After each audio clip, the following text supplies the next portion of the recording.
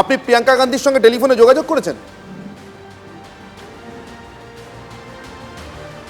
কোনো প্রয়োজন নেই, তারা আমার সঙ্গে যোগাযোগ করে। তার মানে প্রিয়াঙ্কা গান্ধীর সঙ্গে আপনার টেলিফোনে কথা হয়েছে? তার মানে প্রিয়াঙ্কা গান্ধীর সঙ্গে আপনার টেলিফোনে কথা হয়েছে, তাই তো? মানুষের জন্য রাজনীতি করি বলছি তো, তার কোনো লোক আমার সঙ্গে যোগাযোগ করেছে, কিন্তু আমি কারোর সাথে যোগাযোগ করার প্রয়োজন মনে করে না। হুমায়ুন কবির কোনো লোভের লালসাই হয়ে রাজনীতি করে না। অর্থাৎ হুমায়ুন কবির বলছেন, হুমায়ুন বাবু আমি আবারও আপনাকে বলছি, আপনি মুর্শিদাবাদের ভরতপুরে তৃণমূল কংগ্রেসের টিকিটে নির্বাচিত বিধায়ক, আপনার সঙ্গে প্রিয়াঙ্কা গান্ধী অথবা তার কোনো দূত টেলিফোনের মারফত যোগাযোগ করেছেন, কেন?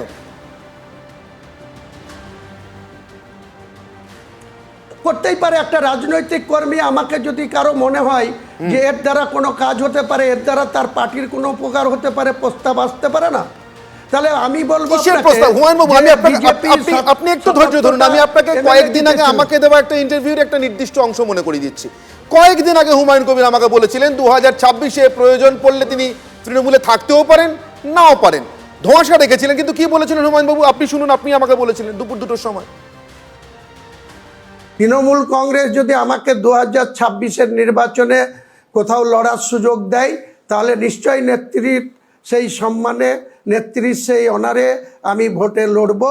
যদি সেটা না দেয়, যদি কিন্তু জবাব যখন এটা হবে না, দেবে না, তখন আমি এইটুকু বলতে পারি, কার হয়ে লড়বো, কার সঙ্গে অ্যাডজাস্টমেন্ট করে লড়বো, না আমি নিজেই দল খুলে লড়বো, সেটা 2026-এর জানুয়ারি মাসেই আপনাদেরকে ঢাক ঢোল পিটিয়ে জানিয়ে দেবো।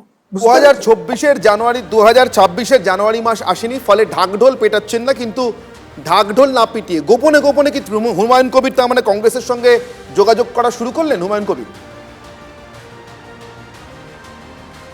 আমি কারোর সঙ্গে যোগাযোগ করার প্রয়োজন পড়ে না, আমি সোজা কথা সোজাভাবে বলি, আপনারা সবাই জানেন, মিডিয়ার বন্ধুরা জানেন, বিভিন্ন চ্যানেল জানেন, বিভিন্ন মিডিয়ার লোকরাও জানেন। কাজেই আমি পরিষ্কার বলছি, আমি মুর্শিদাবাদের মানুষের উন্নয়নের জন্য রাজনীতি করি।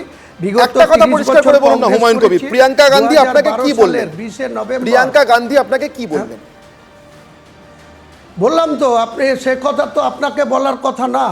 আমার কোনো গোপন প্ল্যান, আমি কোথায় উন্নয়ন করতে গিয়ে যদি কোথাও বাধাপ্রাপ্ত হয়, আমাকে যদি কেউ অবজ্ঞা করে, আমাকে যদি কেউ সময় মতো আমার যোগ্য সম্মান না দেয়, সেইটা মানুষের সম্মান এবং আমার সম্মান জড়িয়ে আছে, যেখানে সম্মানকে ফিরে পেতে আমি যে কোনো রাস্তা অবলম্বন করতে পারি।